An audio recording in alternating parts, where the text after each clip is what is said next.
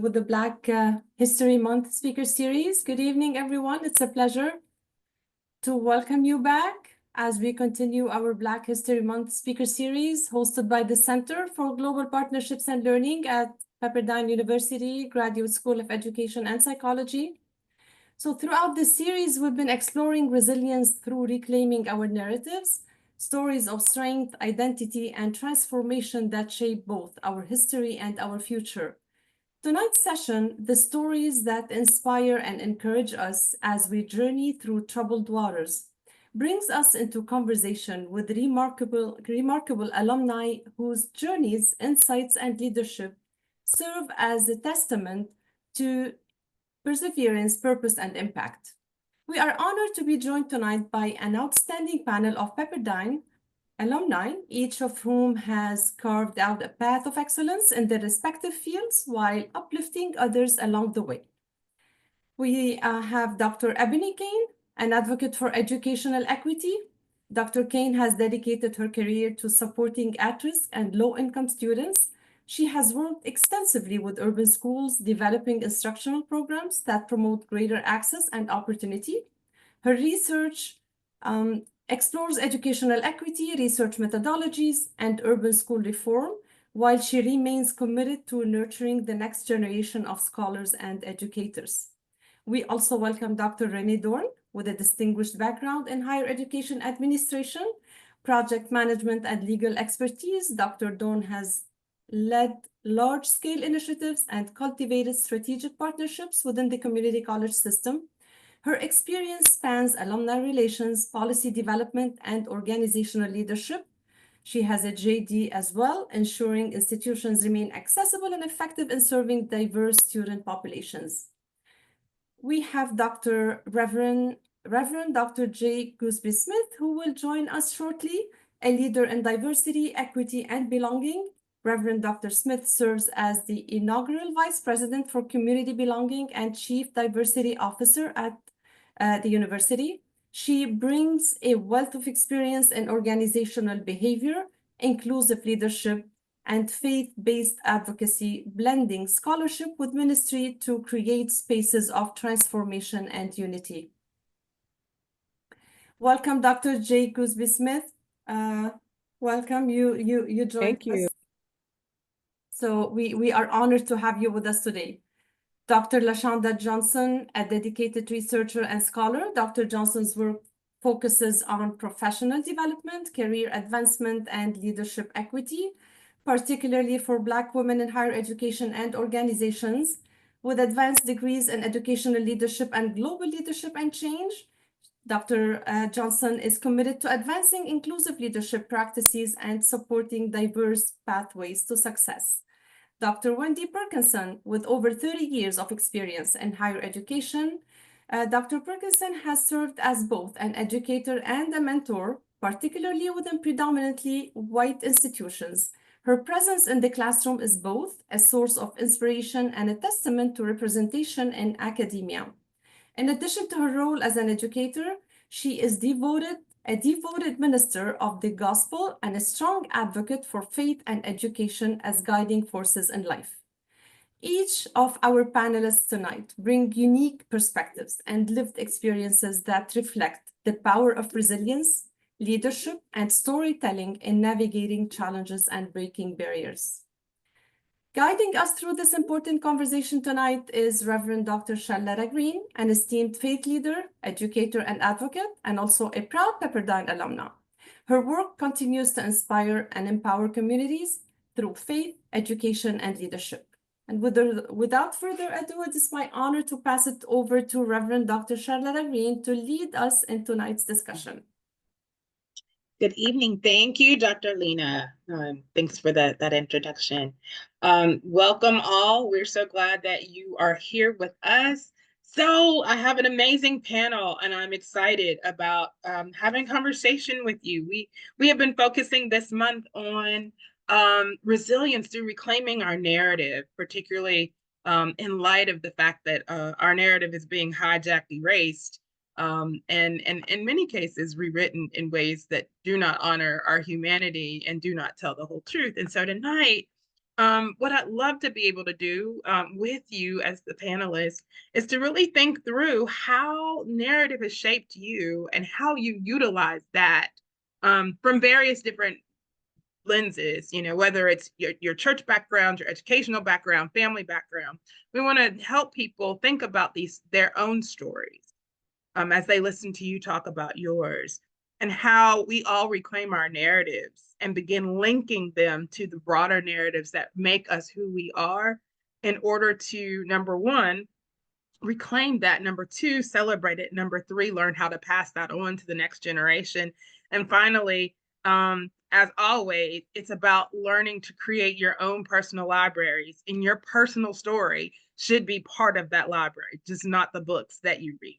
So as we start, one of the first questions that I have is, like, when did you first become aware of the importance of Black narratives in your life, and those narratives shaping how you see and view the world? Anybody can answer that.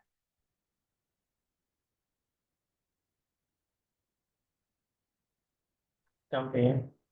Okay. Um, I first became aware I want to say, the importance of Black narratives at an early age. And that was at that time, I may not have fully understood the weight at that time, but growing up, I absorbed stories of resilience and struggle and triumph that was passed down by my family. And those are stories of perseverance through segregation, and fighting for education, navigating spaces that were never meant for us, but we claimed them anyway. Mm-hmm. My first real reckoning with the Black narratives is when I realized that the history in schools was incomplete. And they often, I want to say, history in school often omitted, I want to say, the contributions that the fullness of our humanity made to society. And so from there, the Black narratives for me became a mirror and a guide. And so it showed me that, I want to say, the presence in certain rooms was not just about individual achievement, but about carrying forward the legacy of those who paved the way for me. So now I see the world with both clarity and responsibility. I understand that, I want to say, systemic barriers exist. Um, but I also know that um, Black women have always found ways to break through them. And I know that by telling our stories is just as important as living them, because it's a representation of power. So the narratives growing up shaped my expectations of myself. Mm-hmm. And it was not just to, I want to say, succeed, but to uplift and open doors and speak truth, and to make room for those who come after me. So the stories remind me of me that even in, I want to say, seasons of backlash, um, Black women, we've always found a way to break through them. Our legacy is one of a forward movement, and I stand on the shoulders of those before me. And I'm too part of the story that will inspire the next generation. Thank you for that. Dr. Gooseby Smith, I'm going to pick on you next and invite you to share. Great. So the question was, when were we first aware of Black narratives Yeah, in your life, in and my how life? those shape, how you see and see the world. Absolutely. I would have to say, first of all, good evening, everybody, and thanks for being here on this gnarly weather day. It took 2 hours, 15 minutes to get from Santa Monica to Malibu, so I apologize for being tardy. The first Black narratives that I became aware of actually had to do with my grandparents, because I actually had to learn to kind of be not bilingual, but bi-dialectical. I remember being really, really little and asking my mom why my grandfather kept calling me a bird. And she said, "Well, what did he say?" And I said, "He keeps calling me gull." girl. Mm. But Mhm. my grandparents were from rural Mississippi, and that kind of sparked a discussion on both sides of my family. So Gooseby is my maiden name, but the name of the plantation in Monticello, Georgia was Goolsby with an L. And Mhm. so my grandfather got out of there somehow, dropped the L out of his name, as did the rest of his sisters and brothers, and kind of kept going. So that first narrative had to do with leaving kind of by any means necessary out of the oppression of the Jim Crow South and being on that early edge of the Great Migration from Indianola, Mississippi, and Monticello, Georgia, up to Gary, Indiana. And then on the other side of my family, um, they migrated about 10 years later in about 1939 from Noxubee County, Mississippi, to the Alliance, Ohio, both families pursuing steel. So the grandfather, paternal grandfather, went to U.S. Steel, and the other grandparent went to, Bethlehem Steel and the different steel companies up there by Pennsylvania. But the narrative was of if something's not going well, you have to take it upon yourself to change it, and it may come at a high cost, and you're just going to have to pursue a greener pasture regardless. And the narrative of Black excellence was sort of woven in with that. And since somebody made these sacrifices, you better achieve and you better make things better for the next generation. And so that's what keeps me going. If you ever were to come into my office, you would see vertical pictures of my daughter at the bottom, me, my mom, my grandma, my great grandmom, and my great great grandmom, and their husbands. And my family, they're just looking at me. The ancestors are looking at me every time something gets rough. I look at them and I swear one of them, great great grandmother, she has a picture on her face like that, like girl, shut up. So that's what keeps me going. That's my resilience. It's coming from ancestors. All right, thank you for that. Any of the other esteemed guests want to share tonight on this question? If not, Yeah, I'm happy to share. Um, mhm. First of all, I just want to honor Dr. LaShonda because what she's saying is just the truth. And when you come into her presence, she's helped me when I was at Pepperdine. Every conversation, I come out thinking better about myself. She listens to what you say and what your narrative is of how you see yourself. And she helps you tweak if something is a little off. So thank you, Dr. LaShonda. So for me, as a child, I was in a dance studio. And in this particular dance studio, just as a young girl, I started at 3. We were a Black dance studio in Detroit, Michigan. I'm here from Detroit. And we were very, very, very good.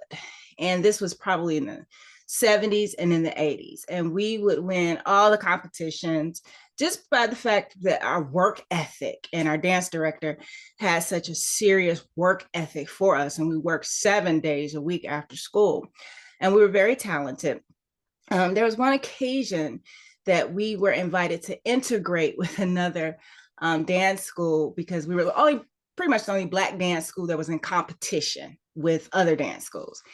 And so we were invited to integrate with this other dance school to do the Nutcracker Ballet.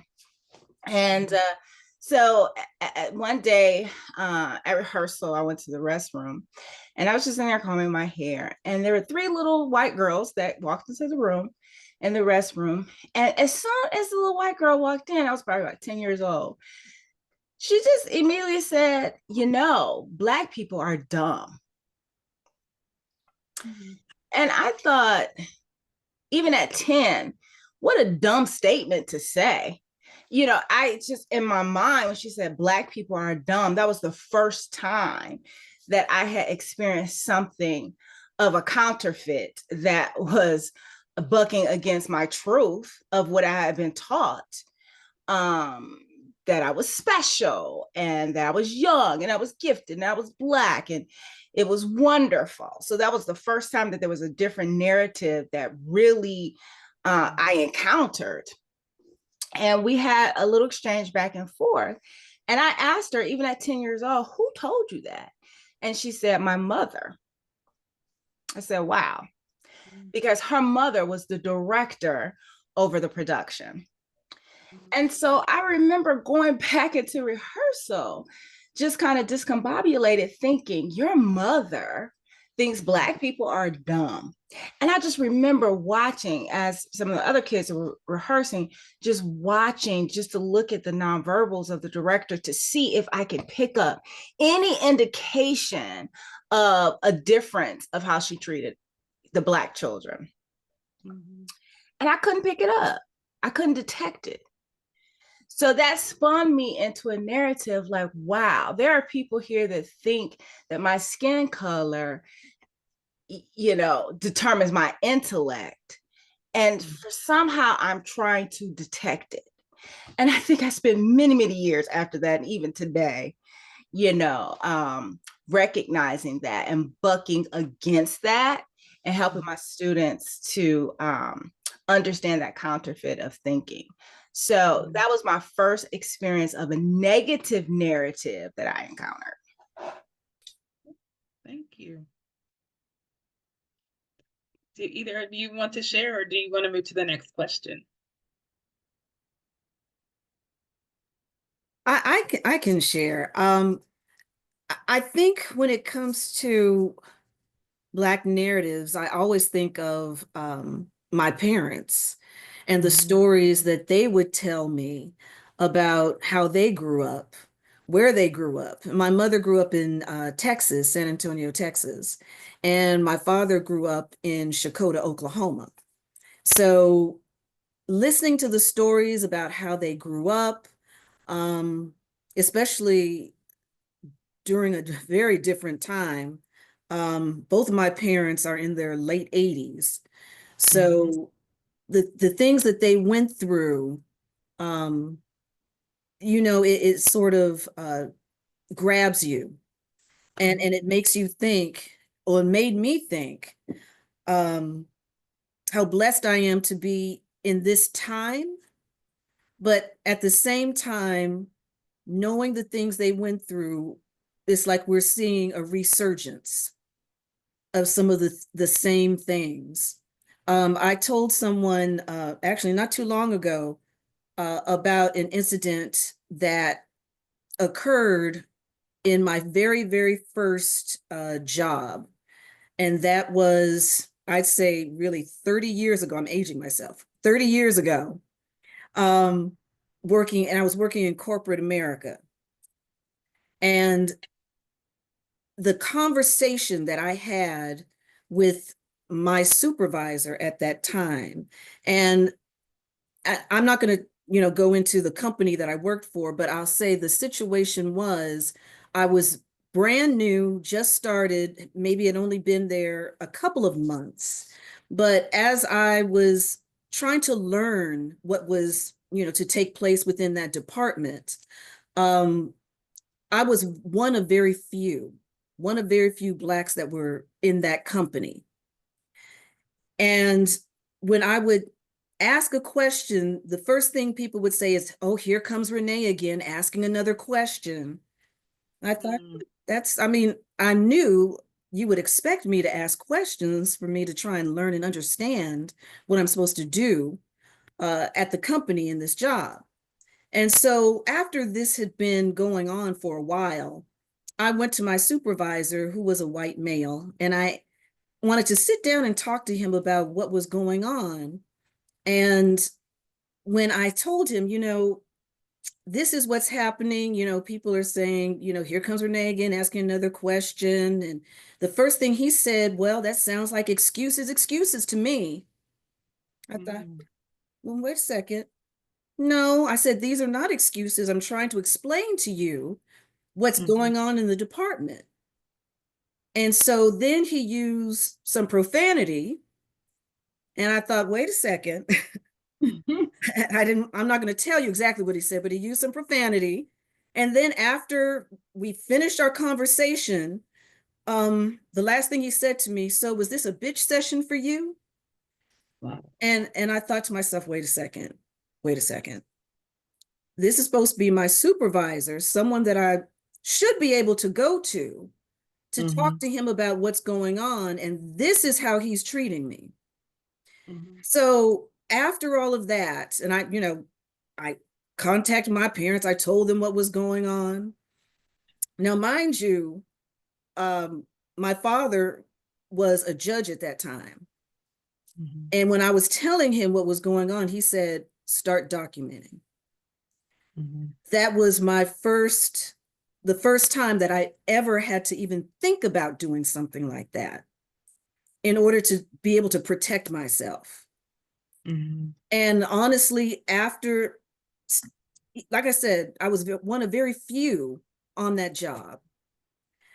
And after I had finished in that department, I rotated to another area, and another incident occurred with, this time it was a white female, the same company, different department, but she was training me. And as she was training me, I asked a question. Once again, I'm new, asking a question. And the first thing she said to me was, well, didn't you learn that in your master's program? Shouldn't you have learned something like that? And I thought to myself, wait a second, you're supposed to be training me on this. This is something new. So I Mhm. said, no, I didn't learn this. But I went, and after that discussion, there was a Black lady in the department. I asked her about that same thing. And she said to me, no, you wouldn't have learned that in school, because this is a company-wide policy or a company-wide Mhm. tactic. You would not have learned that in school. And she said that to you? I said, yes. Once again, document. Mhm. So through even my parents' stories and me telling them my stories of things that have occurred to me, Mhm. that's how I've been learning. Mhm. And even with those things, that's some of the things that I pass on to other people to let them know, this is nothing new that's happening. It's the Mhm. same old things, it's just different players. Mhm. And this, like I said, was 30 years ago that this, Mhm. and still things are coming back around. So I'm constantly learning, Mhm. constantly experiencing, and constantly having new stories to tell. Mhm. And hopefully with these stories, it's helping to educate others so that they learn how to protect themselves. Mhm. And I hate to say guard themselves Mhm. from what may come or what may happen. Wow. So there have been powerful stories that anchor in family first, and how family helps us to understand who we are and where we're going, and then the importance of knowing who you are without fail and without question, and some of the negative things that we encounter, and this whole idea of the ancestors very much being part of who of the experiences that we have. So the next question that I have is this one. So we're living in a season of backlash and rollbacks. That's just what it is. It's a cyclic experience. It's not new. But what are those stories that you have been holding on to, clinging on to, that you draw strength from and motivation from, that you might want to share with students, other people who are striving to find center in this off-centered space that we find ourselves in? I'm happy to go. Okay, thank Um, so I think that for me, one of the things I talk about in my courses is this idea of the crucible of leadership. So it's about this moment that happens to you that kind of strengthens your resolve.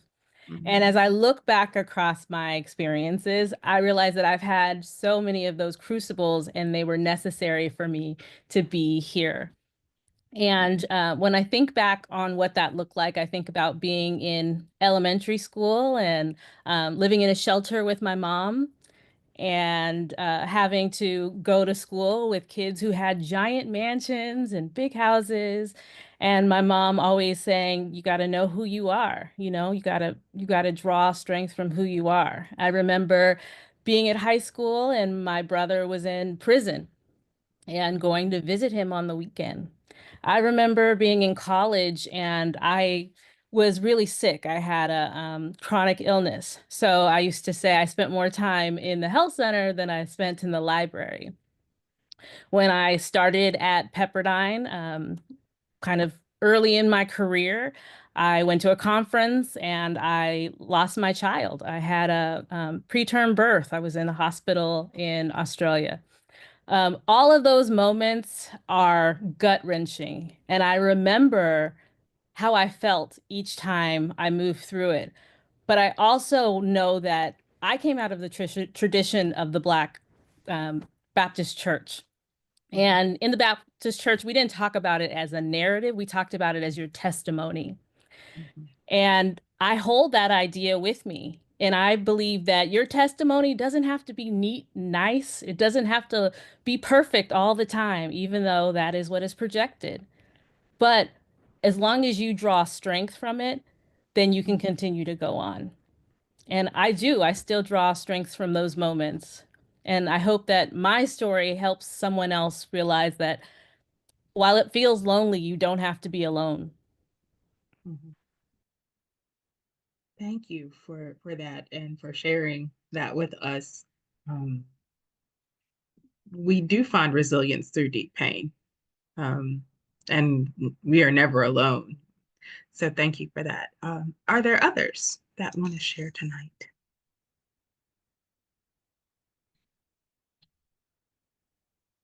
Dr. Gooseby Smith, you got anything to throw out there right now? I get so involved listening to what people are saying that I forget the question. So repeat the question for me and I'll dive in. I'm asking about in the season of backlash and barriers. You know, what stories must we draw strength from and motivation from? Like there are all these stories. Some of them are personal, some of them are communal. But what are those stories?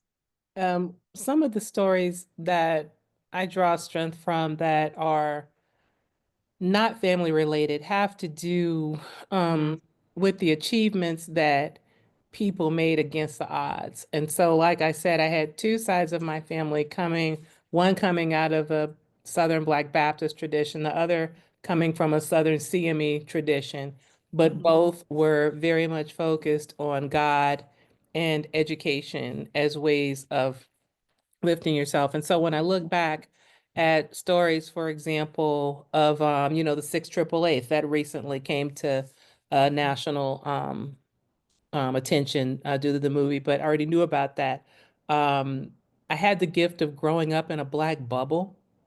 And so the stories about Tuskegee Airmen and the things that they accomplished, and those and the 6 888 and things in the civil rights movement that happened were just excellence against all odds, but it was having a common purpose and it was banding together in community, and it was just not letting the current situation hold one down. It was the will and the ability and the community support to keep transcending reality. And so I kind of don't really live in a land of limitations. I really live in a land of what can be. And I think between all of those stories, my high school principal was a Tuskegee Airman. And looking at the stories that I shared with you of my grandparents who had between a fourth and an eighth grade education, but they raised doctors and accountants and executives and entrepreneurs and soldiers, and so I just not letting the current situation limit my thinking down to what the current situation is, and that is really coming in handy for me now, both personally and professionally. Thank you. Dr. Wendy, I think I saw you unmute yourself, so I'll go ahead and go to you. I can't remember exactly what I was going to say. I've been so inspired by what everybody else has been saying. But when I think about it, I even added in my dissertation, I've always been inspired by Ruby Bridges' story, the little girl in the 1960s who integrated, I think it was William Frantz Elementary School in Louis, New Orleans. And the pictures that I even saw when I was younger of her walking into that situation, being guarded by federal agents, and all of the faces of the people that were just so angry that she was being allowed to step into this space as if she was going to, dirty up the space or something. Being a person that's taught in predominantly white institutions for so many years, sometimes when I walk on campus and, I'm the only Black face besides some students, that students of color that in class, but not a whole lot of them. I often feel even today, wow, is this me integrating into the space? Even in today, it's kind of feels like it, even though I don't see the necessarily angry faces that are shown on the outside. There's a sense, there's a smell to racism to me there, because I've been around it so much. There's an undercurrent uncomfortableness sometimes when I walk into a faculty meeting or walk into certain spaces where people have the narrative that they feel like because of your skin color, you don't belong. Or just like I told the story about the little girl, which I often think was child abuse, that her mother would tell her to continue to perpetuate that narrative that Black people are dumb. And so that always stays with me. But again, I draw off of Ruby Bridges and, her tenacity and her bravery, and even the things that she talks about today. All right. Thank you. Dr. LaShonda or Dr. Renee, either one of you want to share? Yeah, I just unmuted. Stories I remember. So growing up, my grandmother was a hairstylist. And back then, she had one of the largest hair shops in Los Angeles. She had about 26 stylists in her shop, and she was like a socialite. And she would always talk about pressing combs. And so at that time, it was either you're going to get a perm or a press. And I'm like, I had really long hair. And so it was, you have to go and show your long flowy hair, and your hair always has to be straight. So, but it was this thing about me and ponytails. I would just put it up in a ball, put it up in a bun, and I'm fine. My grandmother would always say, well, Miss Walker created these for us. And I used to always say, who is Miss Walker? Yeah, and keep in mind, she was old school. So she had a bunch of curling irons and a stove that she would put them on. And she always said, "Who Miss Walker gonna do us some good?" And I'm like, "Who is Miss Walker?" As I got older, I started to realize. I said, "Yeah, I said, Granny, how you talking about, Madam C.J. Walker?" She said, "Oh, you finally figured it out, huh?" And so I'm so clueless, and I'm just thinking like, okay, this lady, my grandmother's raving about. She made a hot comb. My hair is straight. I like it.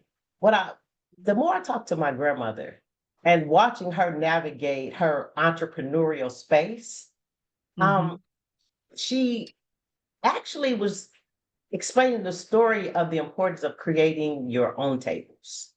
And she talked about that, about Madam C.J. Walker. And she talked about her story was a lesson in, I want to say, perseverance, entrepreneurship, and creating opportunities when none exist at the time.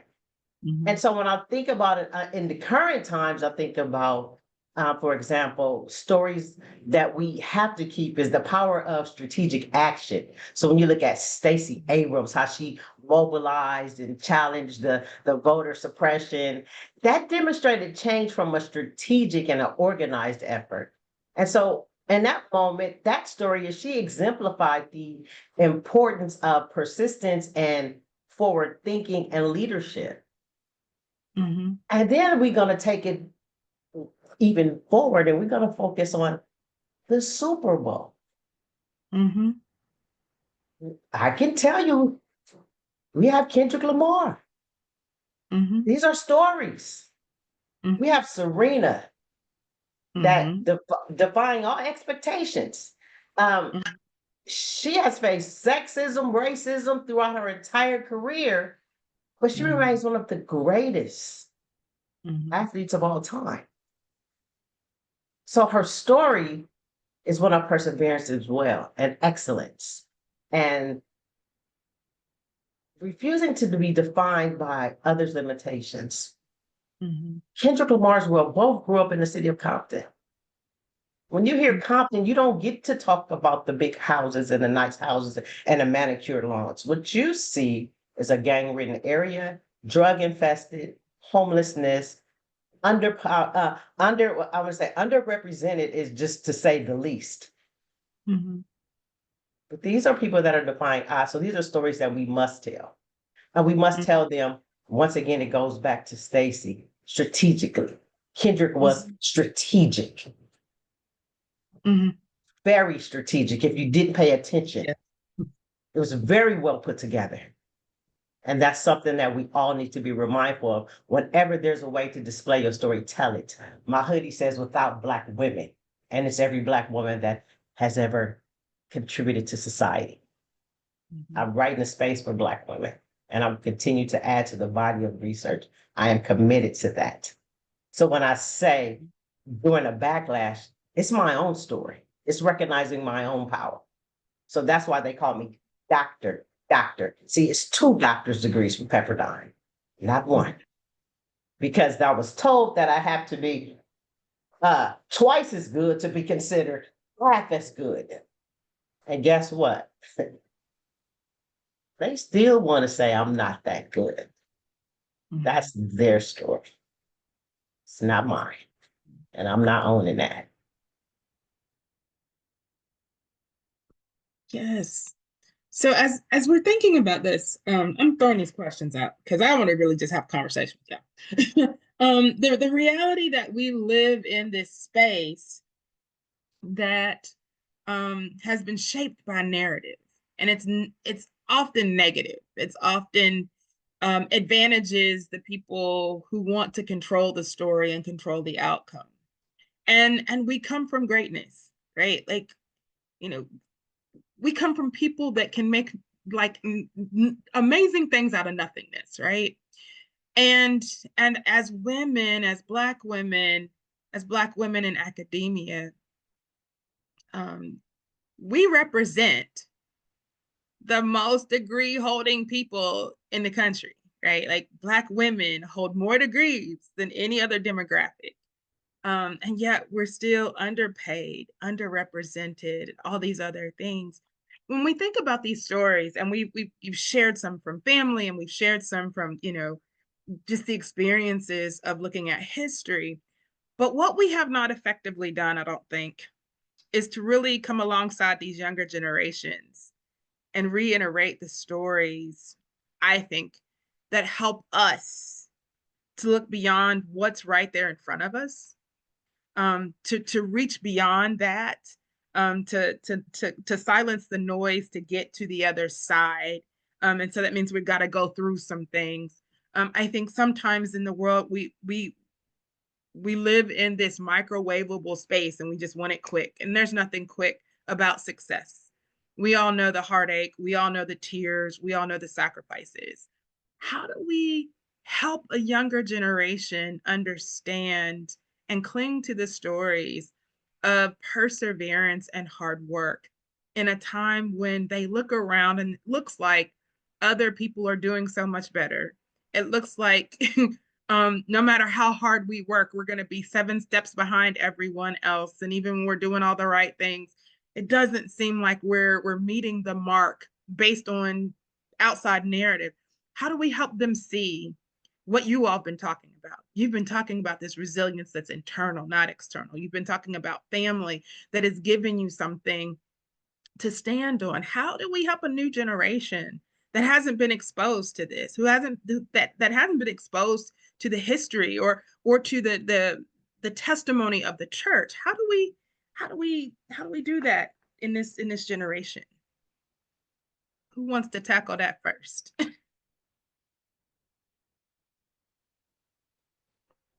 Kendrick Lamar.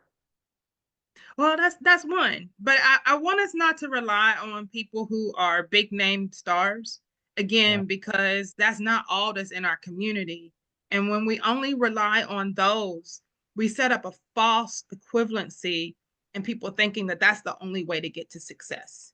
We have local stories and family stories that I think we need to be elevating alongside the Kendrick Lamars and everyone else. Because again, it's not just about entertaining. It's about, the brilliance of who we are and what we bring to the table. And it's not just about putting our bodies on the line for somebody else's entertainment or our gifts on the line, but it's about using our minds to make a difference, to make the world go around. So how do we do that? I think one thing, oh, sorry. I'll pass the mic to you, Dr. Oh, okay. All right. I was gonna say, I think it starts with the people that's closest to you, people that you know, or the people that you associate with regularly. With me, I mean, I'm in the position here at Pepperdine as Director of Alumni Relations for GSEP. But before that, I had been working with my undergrad alumni association for years. And I went to an HBCU, Prairie View A&M University. And so I've been a part of our local alumni chapter, recruiting students and helping them to get scholarships and I'll say this, I'm third generation Prairie View. So my grandfather went to Prairie View, my mother, me, my sister, I have aunts and uncles who went to Prairie View. And so learning about Prairie View, that's something I grew up with. Going to Prairie View was a wonderful experience. And I want to share that experience with other students. And so something that happened to me, and I'll just say this story recently, one of my neighbors, her son was going to another university, but he was being hazed while he was there. He is an athlete, two different sports, but he was being hazed. And so I told her, actually, I didn't tell her about Prairie View. She told me because her sons, she has 4 kids, and one of her older sons was dating a girl that goes to Prairie View. And so he and the brother, they both went to Prairie View, I guess, to visit for maybe a few days. The younger son loved it there. He went ahead and applied there, got in, and then told his mother, okay, this is what I'm going to do. I'm going to leave this other university and I'm going to go to Prairie View. And so when she told me this, I was excited. I was thrilled. And so she said, well, this is towards the end of the school year. I don't know what to do. He needs a scholarship. I said, I understand. I got you. Let me contact some people. Let me see what I can do. And so we got him in there. We got him a scholarship. And now since he's been there, he loves it. And his mother said, I don't think he's coming back to California because he loves it so much. But it's things like that when people come to you and they say, my child is having an issue. This is what's going on. Is there a way that you can help? Is there something that you can do? And that's something that I try to do, is try to help. Try and help the younger generation, especially if they come to me. The students who are currently at Prairie View, in July of last year, before a lot of them were going back to school, some of them came to me and they said, I want to do a workshop for the new students who are getting ready to go to Prairie View. Is there a way that the alumni could help with that? I said, no problem, I got you. So we had a meeting in which students from California who were already got accepted came to this meeting. There were about 5 or 6 kids who are currently at Prairie View, part of the California Club, and they did a presentation to let the new students coming in know this is what to expect. This is what you need to know. to prepare you to come to our university. And so as I sat there, and I really didn't have to do anything, I just listened to what they had to say. And it was wonderful because they were the ones teaching the next generation coming in. And I thought that was a beautiful thing, that at least I was able to give them the space to be able to do something like that. And sometimes I think maybe that's something we need to do, give kids the space so that they can help others, or give them the space so that maybe we can step in if we need to, if they're asking for our help. So I think those are some of the ways that we can pass things on to the next generation. Thank you. Dr. I might jump in because I really appreciate this question. I had a class last night and I showed a video of W.E.B. Du Bois, and he was talking about democracy and the experience of Black people becoming recognized as human in the United States. And as he goes on in the narrative, he also thinks about what are the role of the young, the young people. And he's talking about the fact that folks are so preoccupied with just getting by and working really hard, and that's the narrative. What really struck me about that is when you read readings from the 1970s, the 1960s, the 1940s, something that is always present is this concern about how do we bring young folks along, right? Because they're not showing up the way we showed up. I think that's an important thing that we need to think about as we engage with young people. It is not necessary for their experience to mirror ours. When I think about kids in high school dealing with COVID, dealing with wars, all the experiences that they have. And the funny thing about trauma is people tend to say, well, it wasn't as bad as. When you're going through it, you don't feel that way at all. And so it's those intergenerational spaces where you get to share your experience, but also create space for their experience. And I feel like that, in that kind of Black bubble, as Dr. Gooseby Smith mentioned, there's some restorative work happening there. There's a safety to be able to deconstruct an experience and to plan together for next steps. So I think as we think about working with young people, it involves also working with ourselves and healing from the stories we told ourselves about being tough or working really hard, or all these narratives that didn't serve us in the way that they should have, and not expecting them to show up the way that we showed up. Thank you for that. I think Dr. Wendy. Yeah, that was beautifully said, Dr. Kane, and everybody. One thing that we did with our children, my husband and I, is that helping them to understand first spiritually who they were and whose they were, and that transcended color. But then the other thing that my husband was very keen on is he understood that we have to teach our children what counterfeit is, what a counterfeit narrative is, what a counterfeit identity is, so they can understand what the truth is. And he would show them what a counterfeit dollar looks like. Like, it looks so, not that we had counterfeit dollars, but he would show them like the markings and the things that can show what is counterfeit. It can be so subtle, so subtle. And he always felt when you teach them what the counterfeit is, then they understand what the truth is.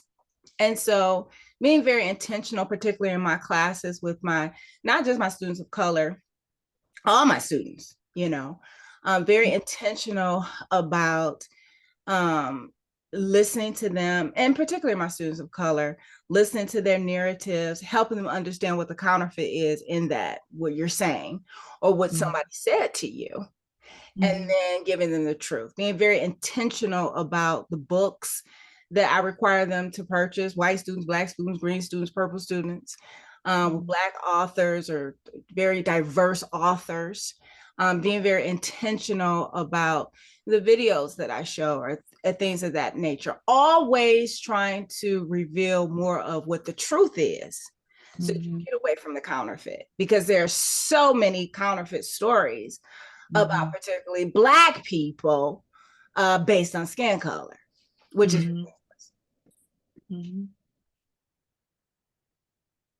I'd add to that, ditto to what everyone has said, and I'd add to that modeling and mentoring. And I talk about growing up in this Black bubble. And what was so interesting about that was that I saw every possible example across several spectra of what one could become. You could become an alcoholic. You could become a bum. You could become a physician. You could become a scientist. You could become a principal, the mayor, a politician. And I think that, I'm sorry about my dog. His name is Chadwick Boseman, and he has lots to say right now. But I think that when children see people doing things with whom they identify, that modeling is really, really important, because if you don't see it, you never even realize that it's possible. And then I think the mentoring is very important as you go down a path. See people coming behind you on that path. It's not just nice to mentor, it's a responsibility. Blessings are not just for you to hoard. And so when people are coming behind you down a path and they approach you, ask you questions, it's your responsibility to serve in that way, because none of us got to where we are by ourselves. So I would say modeling and mentoring, and also echoing that this generation, my kids are currently 36 years old and 20 years old. And they're two completely different generations. And this generation, Gen X, is going through a lot of things that we did not go through. I thank the Lord daily that there was no Facebook, Instagram, Snapchat during my HBCU days in Atlanta. That's all I'll say. So they are going through lots of things, but modeling and mentoring, they have to be able to see. And the other thing I will say, something that I think we lost with integration was the ability to create our own, because I knew all kinds of entrepreneurs. And so to get education and to get all these degrees is one thing, we get knowledge, but if we do not build our own, the academy is never going to, and any organization is never going to pay you what you are worth, because if they paid you what you were worth, they will go out of business. And so we have to create our own. And I think as youth see us creating our own firms, creating our own things, that is also a motivating factor in involving them in it. So I've got one more question for you all, and I want to thank you for the insight and the wisdom, and again, that spans the breadth and depth of our humanity. So I want to pick up on something LaShonda said. And she referenced Kendrick Lamar and the message that was embedded in that 13 minutes, right? And he captured the attention and some ire from a lot of different people, but captured the attention of a younger generation with this interesting message that was pointing to the counterfeit stuff in the United States, that was pointing to the reality that Black men, Black women, Black people deserve it all too.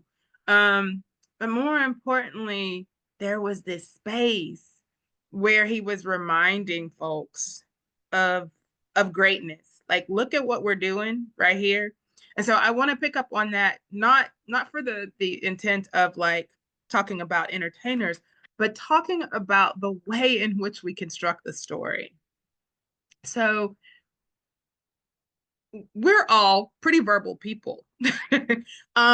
And so it's not hard for us to be in dialogue with one another. However, we have a new generation of folks that will sit in a room and text each other or talk to each other playing video games. And so the way in which we then share the narrative has got to be more unique and more creative. And we've got to get it to them quick. Like it's got to be something that grabs their attention in a in a unique way, but also, if it's longer than like 37 seconds, we've lost them. And so I want to know how we help to co-create these narratives that are really important to who we are. The story of W.B. Du Bois, Frederick Douglass, Ida B. Wells, all of these people, because in many ways they did span not just the academy, but the entrepreneurial spaces. They did these things under threat of losing their lives all the time. And in some ways, we've not necessarily had to live in that same vein or same fear at the rate that they did. That's not to say we don't have fear of losing life. We understand, the issues around policing and all those kinds of things. But when you're thinking about this, and we're thinking about all the things that we want to pass to this next generation, because this is a passing, right? And it's not just passing, but it's lighting the torch, right? It's not dimming our lights, but it's lighting their torch so they can walk the journey that they must walk too, right? So how do we do that? And what are the most significant stories that you can think of right now that are essential in this moment in time that we are living in light of the political climate and light of what's going on and light of the attack that literally is on the lives of people who do not fit the dominant culture narrative? And just because it doesn't fit the dominant culture narrative doesn't mean that it's all Black, right? Because they don't like poor people of any hue. And so, and our story is America's story. You can't have America's story without our story being grafted and ingrained in it. So how then do we tell key stories to this next generation for them to, number one, hold on to have something to move forward with, something to build on. Number two, so we light their torches so that they know that they can find their path as well, that it doesn't have to be our path. It doesn't have to be like our path, but we're lighting the way for them so that they find the path that they need to. If we don't light the path, then they don't know what direction to go in. I know that was a lot, but whoever wants to jump in, jump in. And then we'll talk to the crew that's with us tonight. One of the stories I read to my children, both of them, was called Follow the Drinking Gourd. And it was a story, if I recall, it's probably over there somewhere in a box. It had to do with escaping from slavery and looking at the stars and where the Big Dipper was and things of that nature.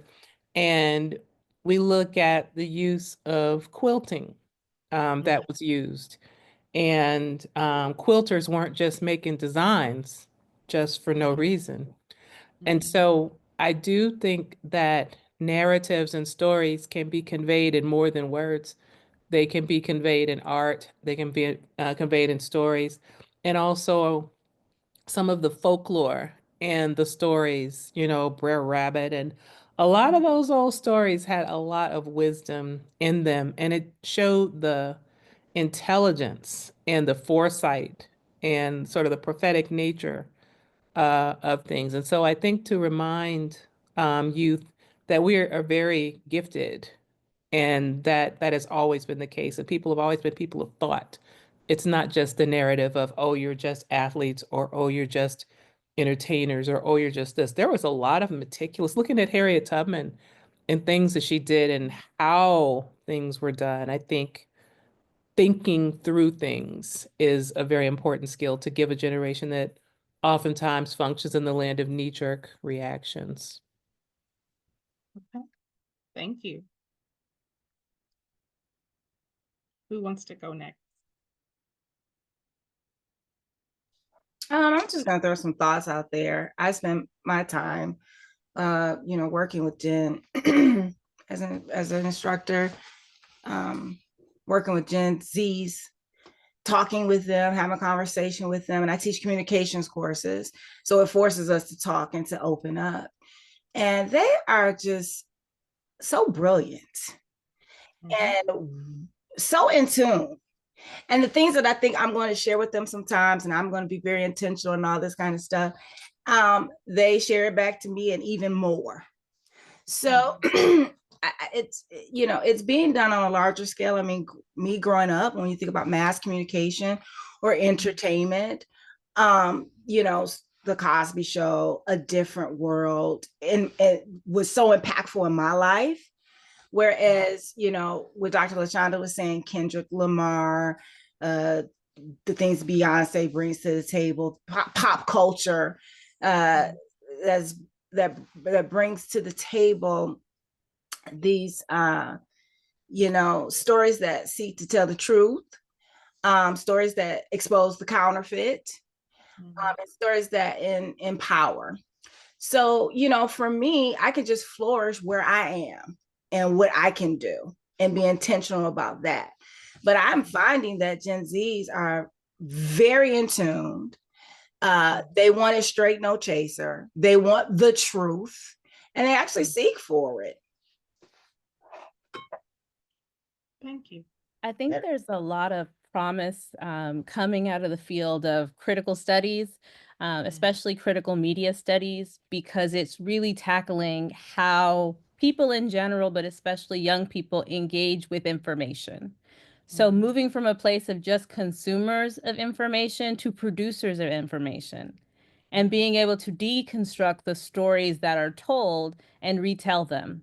I feel like that in that work, that's where kind of the future of this history of the griot. This is the new tradition of that, and understanding and making connections to that history through the current tools, which are technology, media, and then also reclaiming spaces within that haven't traditionally been available to us.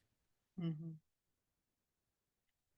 you. Also, Charlotta, to piggyback off of Wendy, it's important. I noticed that when I'm engaging with this generation, you have to be relatable. That's something real big. Just sitting on. I graduated from an HBCU as well, and that would be the Southern University of Baton Rouge, Louisiana. Absolutely. And what's interesting, I'm on the mentorship team, and every year around when school starts, we give out scholarships, but we get to interact with the students, and I interact in different spaces, but they always want to know how I got here.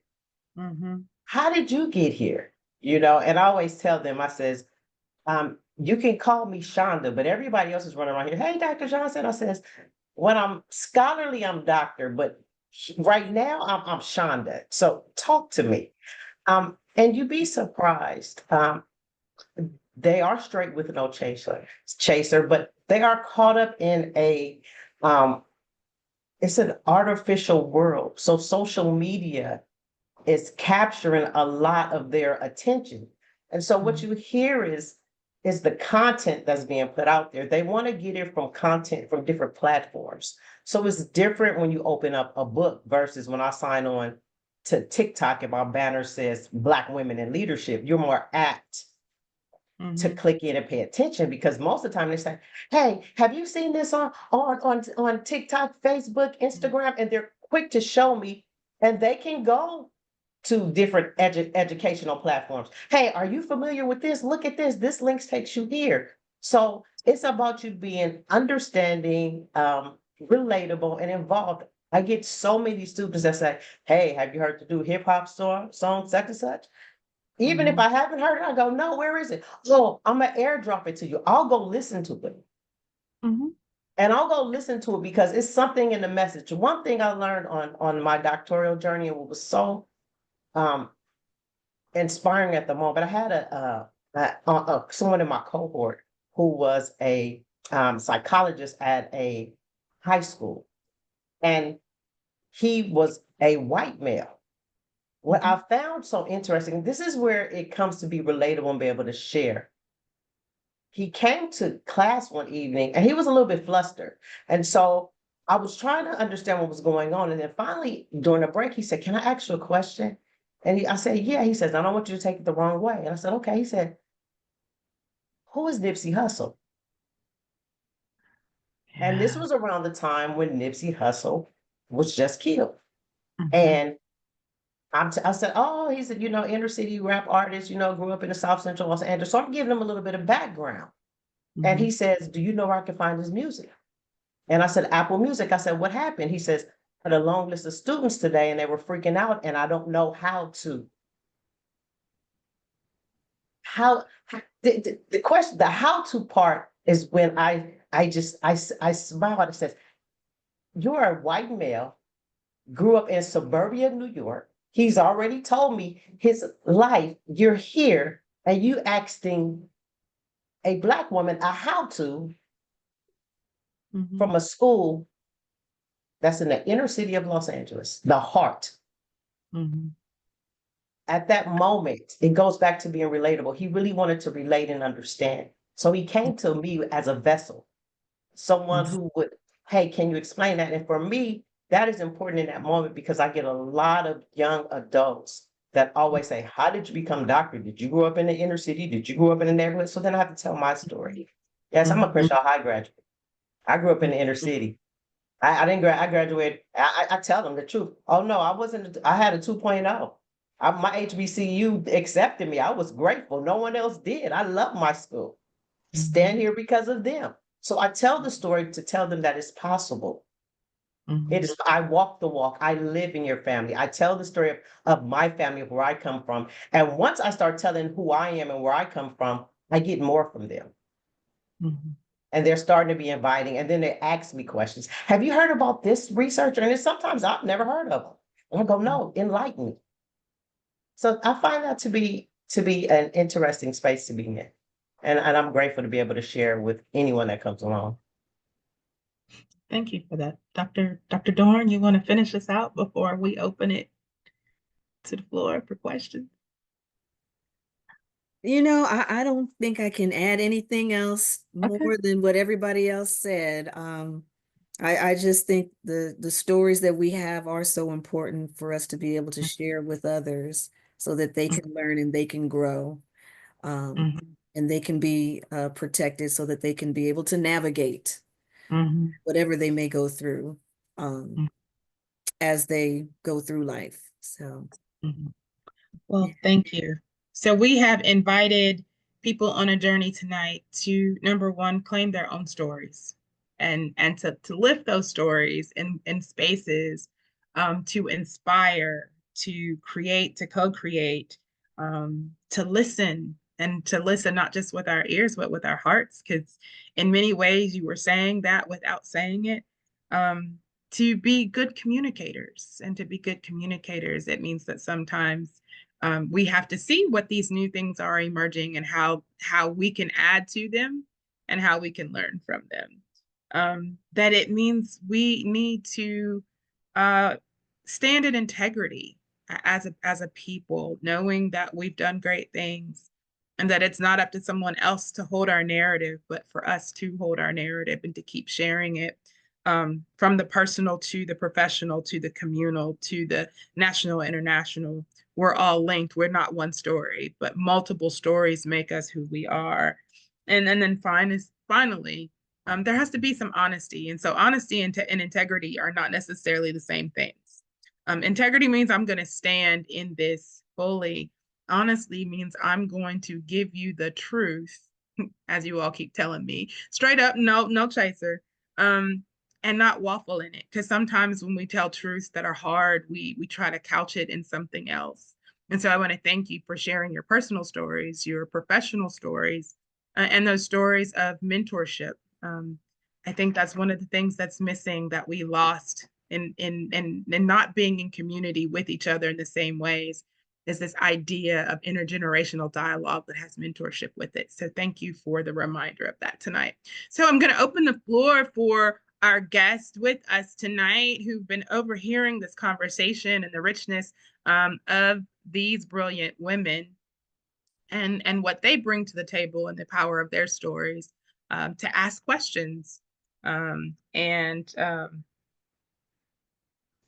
will add Bell Hooks' Pedagogy of Love to the book list as well. There are a number of Bell Hooks books that are amazing to put in there. So we will add that one to our list as well.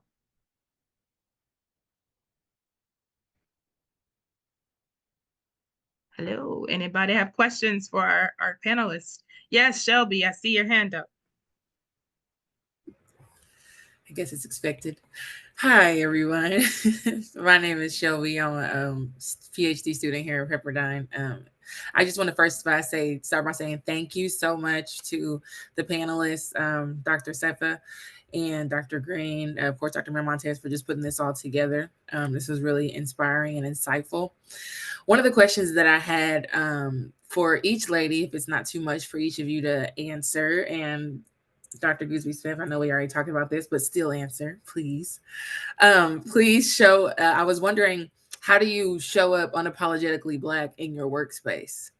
I think one of the questions that Dr. Green was asking just about like, how can we lay the eggs and the foundation for the next generations to come outside of that rap music, right? And I had made a comment like, I feel like the first stop is showing up unapologetically Black.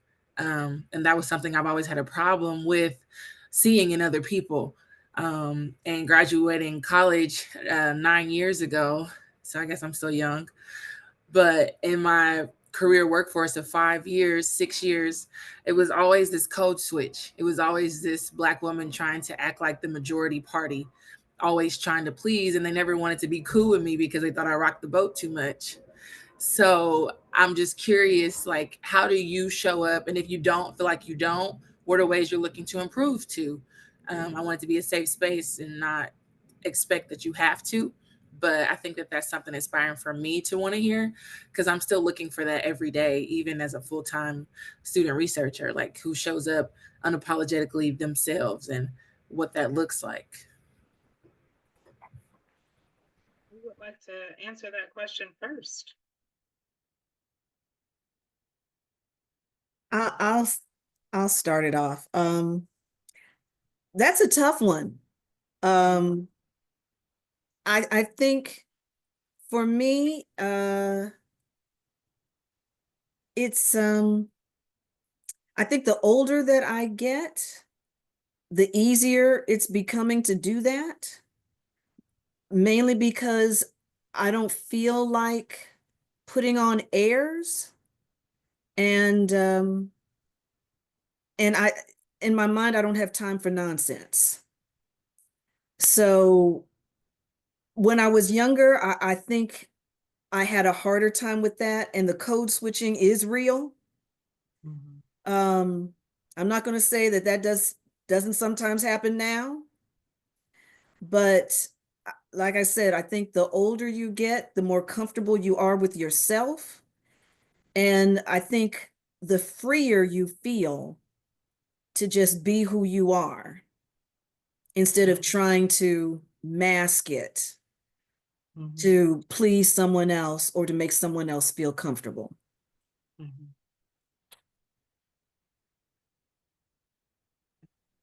I'll take a stab at it. That's a strange question for me because I'm a multifaceted person. I'm a lot of things. I'm a woman, I'm Black, I'm a mother, I'm a minister, I'm a child of God, I'm an intellectual, I'm an author, and I pretty much am just me. So for the first, I'd say 20 years of my life, between growing up in a Black bubble and then attending Spelman College, I was just developing into who I was, but above all, I do seek to understand and to be understood. And so if that means using different language in different places, if it means I'm in church and I'll say, stand to your feet. But if I am in Smothers at Pepperdine, I might say, will you please stand? I just adapt to the environment that I'm in, but that adaptation is just part of me, but I just am who I am. But I think the one thing that people do notice is when they come into my office and they look around, and that's when they tend to see probably the most visual examples of the people and the faces that are that are important to me because I have ancestors on my wall, from my daughter up to my great grandmother and grandfather and family members. And so when you come into my office, it's a very homey place. But I I have not ever had a struggle with trying to show up as Black, but I also don't show up any place without thought. And I also don't expect any organization to accept every single aspect of me because that organization has a culture and it has an archetype for success. And so I just try to look at, can I get someplace where the archetype is close enough that whatever it is that I bring will be valued? But I haven't really struggled with that, I guess, because I just couldn't help it. And I got too many decades of being able to just be. That really resonates with me, Dr. Gooseby Smith. I think that being in academia, you learn as a Black woman, as a woman of color, you can't show up any other way because the structures, the people are constantly trying to put you in your place. They wouldn't describe it that way, but just remind you of who you are. Dr. Gooseby and Smith and I were in a meeting with some of the leaders of the university. And I could feel in the room that I was standing out. I was not welcome in the space. I think they were trying to welcome me in the space, but there was a sense that like there is something intruding on our space. And I feel like that is the nature of systematic inequality. But I say to my students all the time, if you feel uncomfortable in academia, that's what you should be feeling because you're in spaces that were not designed for you. So you're going to have to shift and change and move, but don't expect for it to fit you. So, I mean, I think that also being clear about not necessarily having to perform one way or another. So, for example, if it's Black History Month and a question about Black people come up and everybody looks at you or wants to ask you, you get to decide.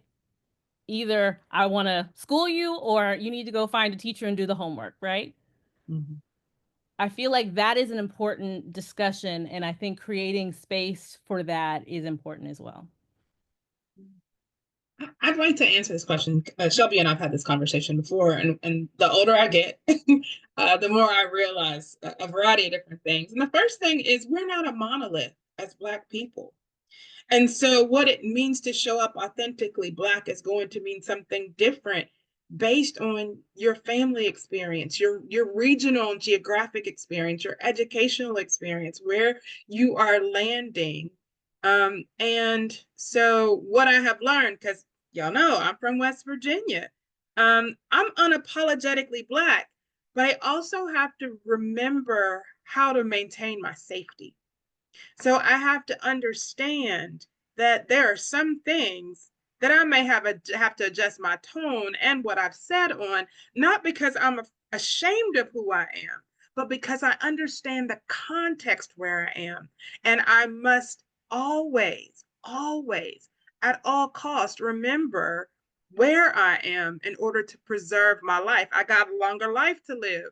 And so showing up just anyway may not benefit my longevity based on the geographic location that I'm living in. So I think that part of it is not narrowly defining Blackness. Blackness means a variety of things. It means, if you've ever read anything by E. Franklin Frazier, the Black bourgeoisie, it means anything from this high class, work group of people, highly educated, multilingual, all those kinds of things, to people who do everyday working things, whose vocabulary may be a little bit different, and yet it is still authentically Black. It's still how we as Black people show up. So I think part of it is just knowing who you are and being okay with that and being unapologetically you. But as you grow and as you learn, understanding that there are certain places where it is beneficial for you to understand what you can and what you cannot say and the way in which you can be and not be in order to preserve your life. I'm gonna just add to you really quick and say you be proud to know that I've learned to not have my blackness as an idolatry anymore. I know last time we talked about it, she was challenging me on that. So sorry, Thank you. Dr. Johnston, go ahead. That's okay. You will also, Shelby, you will learn how to read the room. Yes. That's real big. You will learn. I show up black all the time. I can't help it. I was born this way. Uh, I'm a female. That's what it is.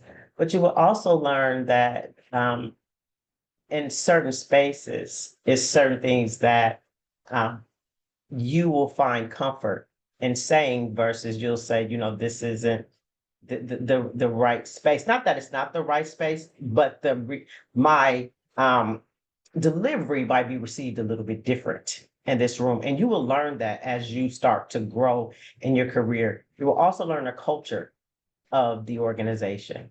A culture says a lot. So you will also know if you fit there for you, if it's for you. For me, I work in higher education. I'm in a community college setting. So it's a little bit different. The interaction there is underrepresented community. And so the dialogue there is a little bit different in some of those executive meetings. They're pretty much direct at some point. And sometimes we forget um, uh, mainstream American English. And you have those tough conversations because you are working with a different type of community. But for the most part, you're going to learn as you grow in your career and as you start becoming more of who you are as Shelby and being comfortable with saying, hey, this is who I am and this is what it is. Not in a disrespectful or rude manner, but in one that is respectful to you and everyone else that you encounter along your journey. I'd echo that too, and I'd say everyone also is at different stages of racial identity development, and different questions and concerns come at different stages. But I would not consider myself, I'm so sorry, I'll say this fast. I would not consider myself to be less American because when I was in London, I asked where the loo was. That doesn't mean I'm less American. It means I'm using the language I need to get what it is that I want, which is relief. Oh, that's beautifully said. For me, I just recall just even in my first classes that I had, even though I'm from Detroit, I moved to Indiana for some time. And I started teaching at Indiana University of South Bend. I was very young, right after graduate school. And, I just, that I was so young, I was Black, I was female, and the population was predominantly white all the time. And I remember trying to put my hair up in a bun to look older, or to wear glasses to look more intelligent, or to kind of have this performance so that I can kind of fit in, until one day I really had a revelation that if I just focus on the message, the information, and my job and what I'm bringing to the table, it began to supersede all the other stuff. So I began to be very intentional about my work ethic and intentional about what I wanted to teach that day, intentional about what I wanted to bring to the table. And as I got older, that got easier. My spiritual space is very big in my life. So I do see myself and see others as a spirit that shows up in these different packages. And I was blessed to show up in this package of a Black woman and encounter the world this way. Always surprised by what other people are thinking about me. Like, really? That's the story you're telling yourself about me? Okay. But the focus has always been, I decided that I am straightforward about my work ethic, straightforward about what the message I want to present, straightforward about what I'm bringing to the table. And that supersedes anything that I have to apologize for the package that I'm in. And so, yeah, that's how I show up. Thank you, each of you, for sharing. Shelby, thank you for the question. I think it's an important question that we're always having to negotiate, navigate, and answer.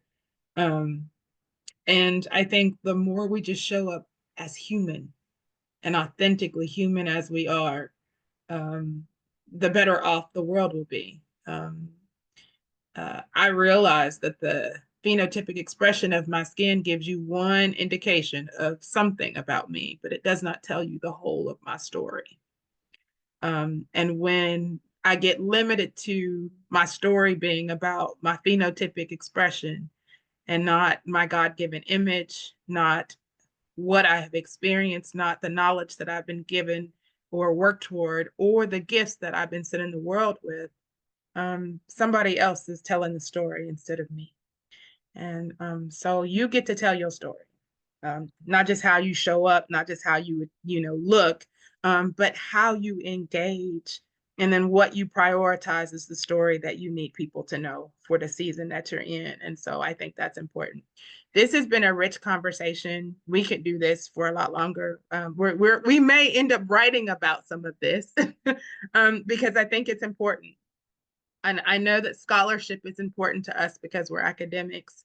But I would venture to say that if we listen really closely to Kendrick Lamar, as you all have talked about, and Beyonce, they both have done their research, right? They do their research. They can't put some things out there without having something to back it up. So I would venture to say that it's important that we provide the scholarship for these folks to use in their craft as well. When they're telling the story, that we've also contributed to the research behind the story that they are telling. We thank you for being with us tonight. I want to thank my panelists personally for giving up their time and their energy to be here and sharing their stories. Thank you for talking with me and entertaining these questions as we seek to reclaim our story and the breadth and depth of the story that makes us the amazing group of people that we are, from the lightest to the darkest, from the hood to the suburbs, from inner city to the country to the farms and the places in between. We are this amazing tapestry of a group of people who come from an ancestry that has been resilient in the midst of great oppression. And the goal is to keep reminding the next generation that they come from greatness and that they can overcome what they are dealing with because those that came before them did too.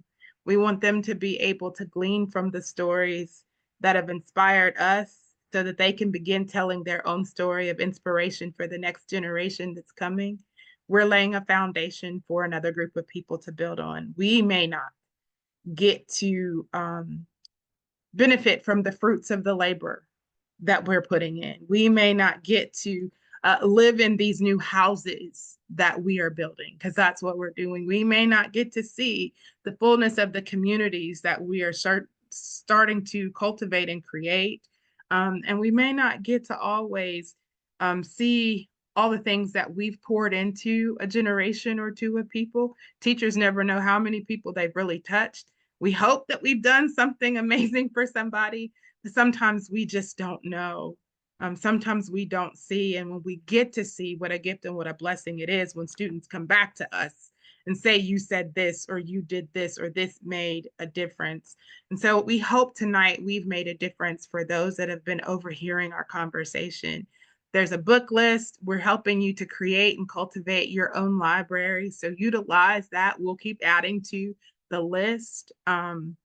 We thank you for taking time out of your schedules to listen to us tonight and to share in these stories. Dr. Lena. Well, I was so taken into your beautiful, meaningful words, Charlotte, Dr. Green. So I forgot that I need to do the closing. What a meaningful and inspiring conversation this evening. A heartfelt thank you to our distinguished alumni panel, Dr. Ebony Kane, Dr. Renee Dorn, Reverend Dr. J. Gooseby Smith, Dr. LaShonda Johnson, and Dr. Wendy Perkinson for sharing your journeys, wisdom, and powerful reflections. Your stories remind us that resilience is not just about overcoming challenges, but also lifting others as we rise, amplifying voices that need to be heard, and making sure that the doors we open, as you said, you all shared tonight, remain open for those who come after us. As we continue this journey, through the Black History Month. I encourage you all to join us next week for week 3 of the speaker series on Wednesday, February 19, featuring a student panel. The session will spotlight current students as they share narratives that shape our future, offering fresh perspectives on leadership, identity, and the evolving landscape of education and advocacy. These conversations are a testament to the power of storytelling, truly, community, and shared experiences. Thank you for being part of this space tonight. Your engagement and presence make all the difference. We look forward to seeing you next week. And until then, take care and have a wonderful evening. Yes, and we will leave you with this final blessing. The beauty of creation we are a part of, the gift of God that speaks in each of us, the gift of sharing the story that carries the life that the next generation will hear and then be part of. We have been gifted in this season to share all that God has gifted us with, that the world might be a better place because our gifts have aligned with the gifts of the ancestor and will align with the gifts of the next generation and those that are coming behind us to make the world a better place. Speak truth, speak life, tell your story. Don't get discouraged. Remember, you come from greatness, and to greatness we shall all return. While we wait for that returning, give your best so that someone else may stand in their truth and their story and keep sharing, that we may all grow. Go forth from this place in peace. Ashe, amen. Amen. Thank you so much, you. Amen. Reverend Dr. Green and everyone. Thank you. Thank you